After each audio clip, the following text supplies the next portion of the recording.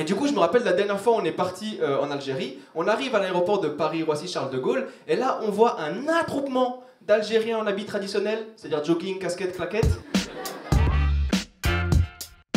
Et je vous raconte cette histoire parce que c'était vraiment mon tout dernier voyage en Algérie, ça m'avait vraiment marqué parce que juste au moment où j'embarque dans l'avion avec 300-400 franco-algériens, commence, je vous assure que c'est vrai, la finale de la Coupe du Monde 2006 opposant la France à l'Italie.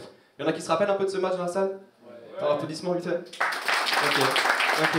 Pour tous ceux qui s'en rappellent pas, je vais vous expliquer moi comment je l'ai vécu. On est dans l'avion, tout se passe bien, et juste avant le décollage, on entend Assalamu alaikum, mesdames et messieurs, bonsoir et bienvenue à bord de ce vol Air Algérie. 1, 2, 3. Merci, chers compatriotes.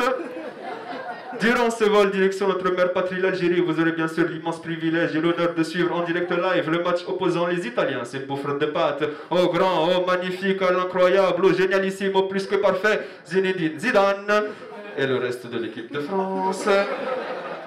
Nous lui souhaitons bien sûr que toute la force soit avec lui et surtout avec le reste de l'équipe de France.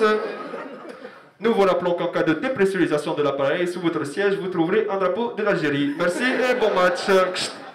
Et tu sais, là, l'avion décolle, tu vois, l'avion décolle, et pendant 10-15 minutes, il y a une ambiance d'avion normale, tu vois, et au bout de 10 minutes, on entend Goal! Goal, goal, goal, goal, goal, goal! But magnifique de Zinedine Zidane sur Panenka penalty! Mesdames et messieurs, dans l'avion, je veux du bruit, je veux des turbulences! Attendez, parce que le pire, c'est que les Algériens, ils se sont chauffés. Il y a 300 Algériens qui ont transformé la carlingue de l'avion en une derbouka géante, tu vois. Moi, je me retourne vers mon père pour chercher de l'aide, du réconfort. Je vois qu'il est debout sur son siège en train de distribuer des chocolats à tout le monde. C'est en mode Kinder Bueno, Ferrero Rocher, mon chéri. Ah non, pas mon chéri, c'est Haram. Toblerone. Là, il y a une ambiance de malade. Le pilote, il l'entend. Du coup, il s'est chauffé encore plus. Il a fait pour célébrer le goal, je vais faire un looping.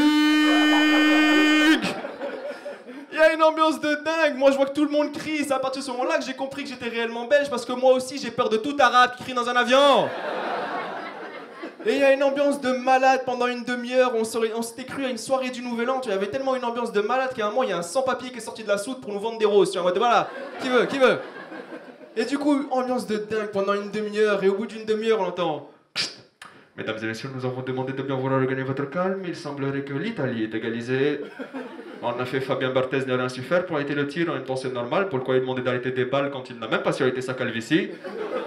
Alors oui, je vous vois venir dans le fond de la salle. Oui, mais Zizou aussi, il a perdu ses cheveux. Non, Zinedine Zidane, il a décidé délibérément de faire pousser ses cheveux à l'intérieur de son crâne, histoire d'avoir un meilleur aérodynamisme, une meilleure perforation de l'air quand il utilise son crâne en attaque, comme il vient de le faire actuellement, puisqu'il vient de le planter dans un joueur italien.